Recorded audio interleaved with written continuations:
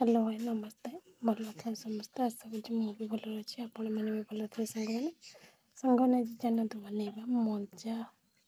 आलू बैगण सारू टमाटर तरकारी जाई मिस गोटे तरकारी करवा। देखो प्रथम मुझे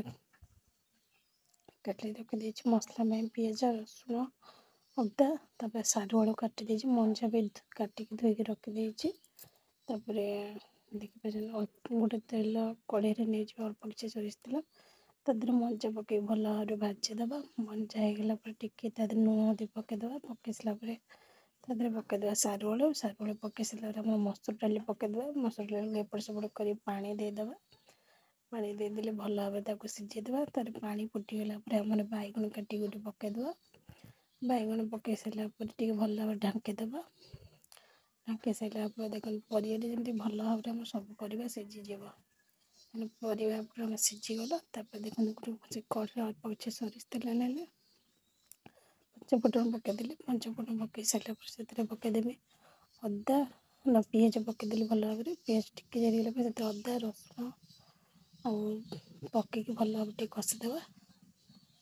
छेचा मसला कषिदे भल भाव कषिला से टमाटो पकईदे टमाटो टिके कषिगला आमर पकईदे कौन लंका गुंड काश्मीर लंका गुंड तापर धनिया पाउडर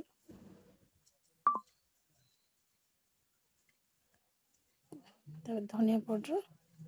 तापर भल भाव पकईकी कषिदे कषि सारा एपटे आम देखुं तरकारी सीझे रखी तब देखते भल भाव कषिगला कषि आसला से देदे कौन कल तरकारी पकईदे रेडी होगला आमर कौन मंजा आलू बैगण टमाटर सारू जाई तरकारी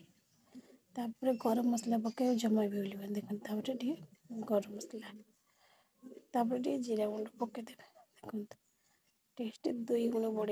रेडी होगला आमर मंजा तरकारी देखो कलर भी बहुत देखा गरम गरम खाइले टेस्ट 2 गुण बढ़